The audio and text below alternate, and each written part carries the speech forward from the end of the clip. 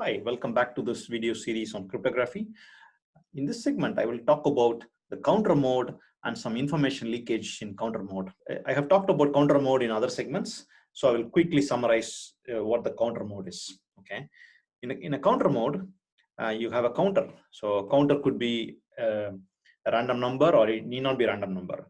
It can be just simple numbers like 0, 1, 2, and so on. That's not a problem. Okay, so what is the core idea of counter mode is that you have a counter can be 0, 1, and so on, or it can be random, as I said earlier. So you have a counter, you feed the counter into a pseudo random function. A pseudo random function could be AES or any HMAC kind of algorithm is considered pseudo random, okay, from a cryptographic perspective. So most implementations that I know of use AES as a pseudo random function, okay, when implementing a counter mode. There are other instantiations possible. That's not the main message of this segment, okay. So K is the secret key. You would encrypt the counter.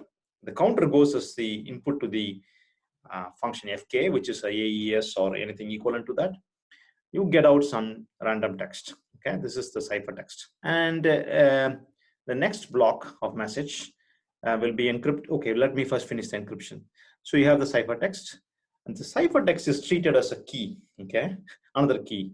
And what you are doing is basically your message will be encrypted using XOR operator, okay. So XOR operator needs two inputs, right? One is the message, another is the ciphertext, which becomes the key. We can view it as a key, and there comes the actual ciphertext. Maybe I should call this as a stream of key. Like, let me call this as secret stream, okay, instead of K or C. So what you publish to the sender, to the receiver rather, is C0, okay. This is the secret. The secret S0 is coming from encrypting the counter, okay. M0 is a block of message. Let me be more precise here. The length of the M0 must be the same as the length of C0, right? But what if the length of M0 is smaller? Okay, it could be possible that, for example, let's say we are working with AES. Output of AES is 128-bit, right? At this point, you get 128-bit of data. What if the message is just 120-bit only? Well, in that case, you truncate least significant 8 bits or most significant 8 bits. It doesn't really matter because it's random anyways. But you will be only selecting the necessary number of bits to match up with your M0 to XOR, okay? So let's assume M0 output is same as C0 for discussion at this point, okay? And now there's no problem. What if you have a next block which is partial, meaning the next block is not exactly the same as 128-bit, okay? So I'm going to model my message M as two blocks, right? M is made of two blocks, M0 and the M1, right? M0 is 128-bit, and the M1 need not be 128-bit. That's my main message. Okay, now what about the next block? How are we going to encrypt? So we'll again instantiate AES. Okay, I use FK's general function, right? Pseudo random function. And what is the input to the pseudo random function now? It's called the counter mode because we take the counter and we keep incrementing the counter. Okay, you have to make sure the counter is not never reused for the same key. That will be a big problem. We talked about it in other segments about that. Okay, so you get another stream of secrets. Let me call this S1, right? Which is going to be another 128-bit. And we take our M1, XOR it with S. Okay, so you get you pass S and M, and you get out C1. Okay, you will be truncating necessary number of bits from S1, because what if M1 is 120-bit and the S1 is 128-bit? You will just take usually the first 120-bit from S1 and do the XOR. Okay, so this is basically the output. Okay, you probably noticed that if you're familiar with one-time pad idea, counter mode is actually a clever implementation of more or less a one-time pad. Okay, it's not really strict perfect secrecy in the sense because we don't really know whether this is perfect secrecy or not. I mean, it's not really.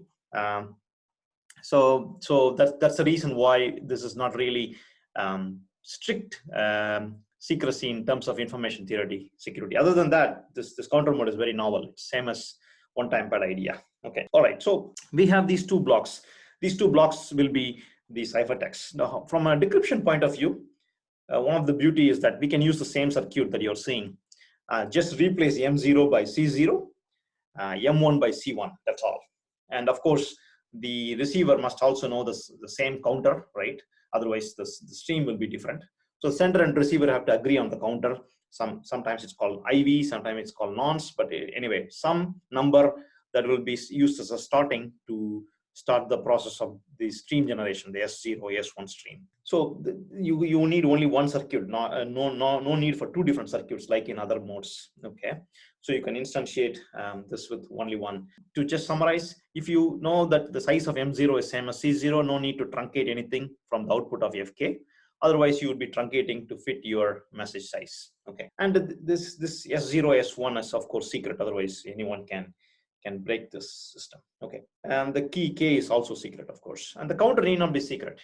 It's a public, you can assume it's public, otherwise the receiver wouldn't be able to decrypt, okay? Sender and receiver can be the same. I'm just saying in a protocol sense, okay? All right, so what is the information leak that I was talking about? Okay, this is more of an implementation detail. In one-time pad or in general stream cipher, the stream ciphers usually take the sequence of bits and XOR against a sequence of bits. That means the output length will reveal the input length, okay? So when we don't do any so-called padding, which I will talk about it a bit later, from the output of the ciphertext, we can infer the input length of the plaintext. So let me show you what I mean by that with a simple demo, okay? So what I'm going to show to you now is a little demo of using counter mode. I'll just call the counter mode and encrypt, say hi. It's not a good idea to pass secrets via command line because it will be part of history, but it's okay for my little demo. You have to otherwise pass it as an input at runtime. Let's take my input as yes, okay. What you get out is a hex output. How many characters are there? There are 6 characters. That means the hex is, in terms of hex, there are 3 bytes because you pair every 2 ASCII characters to make up a hex byte. So there are 3 bytes in the output. And it tells us, oh, we used yes, okay. What about no? No has two characters here, and we can see that in the output ciphertext, we also have 2 bytes. So if someone knows our message space properties, right? If the message space is yes or no, let's assume you're doing a privacy survey. You're asking a bunch of questions, and for each question, you're encrypting the answer, right? From the answer, now you can predict what was from the encrypted answer, you could predict what the plain text was. Okay, this can be a concern in some scenarios, not necessarily always.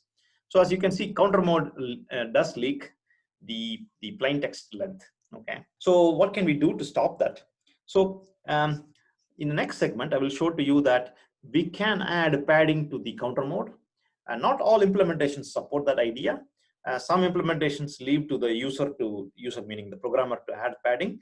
Some implementations allow the option to add padding. So I will talk about that in the next segment.